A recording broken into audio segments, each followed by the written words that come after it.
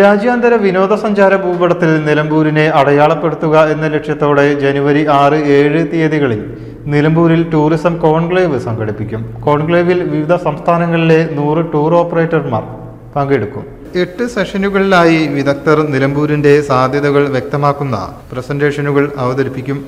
കോൺക്ലേവിൽ വിവിധ സ്ഥാപനങ്ങളുടെ പ്രദർശന സ്റ്റാളുകളും ഉണ്ടായിരിക്കും.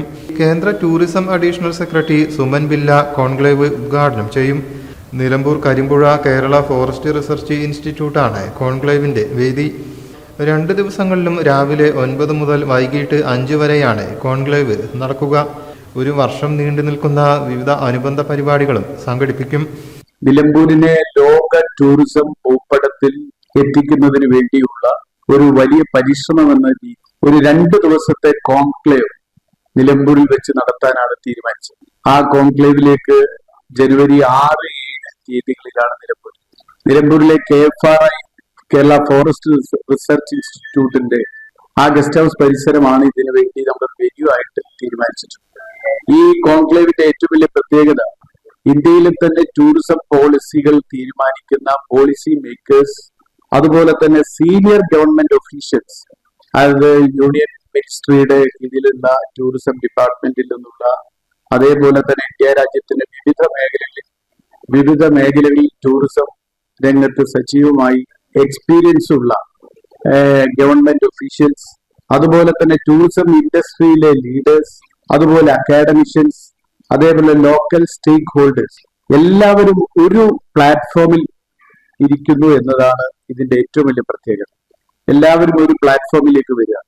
മാത്രമല്ല 100-ലധികം ഇന്ത്യ രാജ്യത്തെ 100-ലധികം വരുന്ന ടൂർ ഓപ്പറേറ്റേഴ്സ് ഈ ഒരു കോൺക്ലേവിന്റെ ഭാഗമാവുകയാണ്.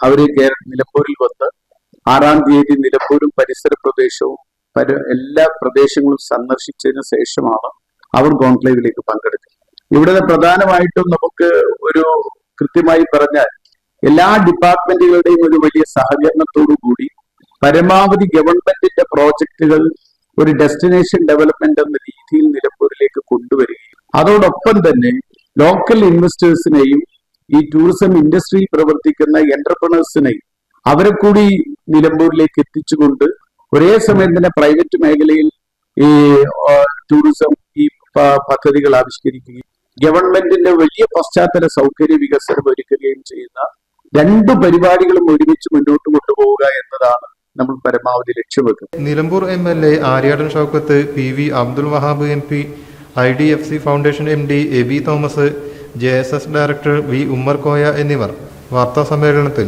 സംബന്ധിച്ചു. News bureau, Malappuram.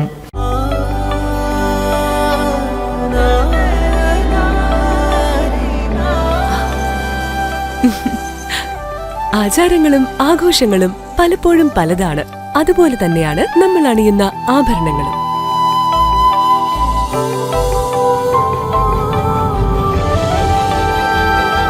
ജീവിതത്തിലെ ഓരോ നിമിഷങ്ങളും അവിസ്മരണീയമാക്കുന്നു Azad gold and diamonds. Azad gold and diamonds, Thazhepalam, Tirur.